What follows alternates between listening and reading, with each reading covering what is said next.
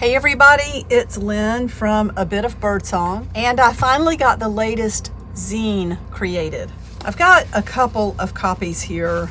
I could tell that my black ink cartridge was running out on that one, so I ended up printing another one. And let me tell you a little bit about the margins. I have one of the cheapest printers you can possibly buy. I love Hewlett-Packard. I have used them for a long time. But when my printer broke last time, I just wasn't in a position to go out and pick whatever model I wanted. So I bought the cheapest one that I could find. It's been a great printer, but there's an issue, and I have read that other people online have it with the margins. So I have to set my margins to uniform margins, which brings everything, it brings it in and creates a larger margin. I don't hate this. It doesn't, I don't hate it. It just gives me space where I could write around the edge, and I could print it to where the margins are not uniform. I could use the setting that says normal, and for some reason it brings one side, this side would come farther out to the edge of the page and there would be more white space on this side. That's okay, except it ends up moving the center of the paper a little bit. And I printed one like that and it looks great. It's still not a huge deal. But I did want to show you the zine, and I was just explaining this so that you don't get scared away by thinking, oh, it has too big of a margin. I think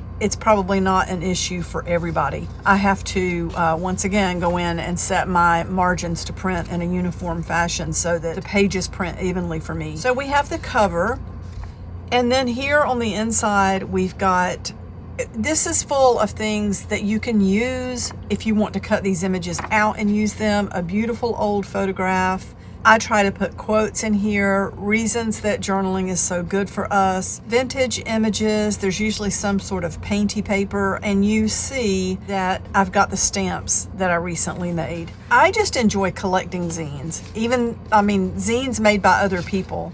And somebody asked what a zine is. An e-zine is what they were first called, I believe, and it's electronic. It was something online, and it's like a magazine. It's a self-published zine, and I don't know why it was shortened to zine, but you can use them to put your messages in them. If you have a social agenda you want to let your voice be heard, you can create your own zines, and it doesn't have to be something like that. It could be about gardening. It could be a comic type zine. I love to just put images in mind that you can cut out and use in your junk journal, or a zine that you can print out and put with your collection of zines. I like to pull these off the shelf sometimes and just go back and enjoy them. And sometimes there are items in the zines that are specific to the time period, so that makes it fun to go back and read. We've got this old image here from the late 1800s. Where are you going for fabric now that Joann's is gone? Thrift stores, Michael's? Honestly, I have no idea. So it's just fun. It's got comic type things in it, like this from an old image. There's a beautiful old print from the 1800s that I had in my collection. There's the last page. Sometimes I put quotes from around the journaling world. If I hear somebody say something that I think is really useful or important, I'm so excited to have this done. It took me a while. It took me longer than I thought it would, because I had to get back in the mindset of making one. It's not just straightforward, like you don't just lay a page out and say, well, this is page 2 and this is page 3. Because when you print these papers out, it doesn't work that way. You notice we have the cover here, and then page 1 is here and 10 is here. So that's what you work on as a page. And then the next one is going to be folded in the opposite direction, and you have, 2 is going to be over here and 9 is going to be over here, and then when you print it, it goes this way.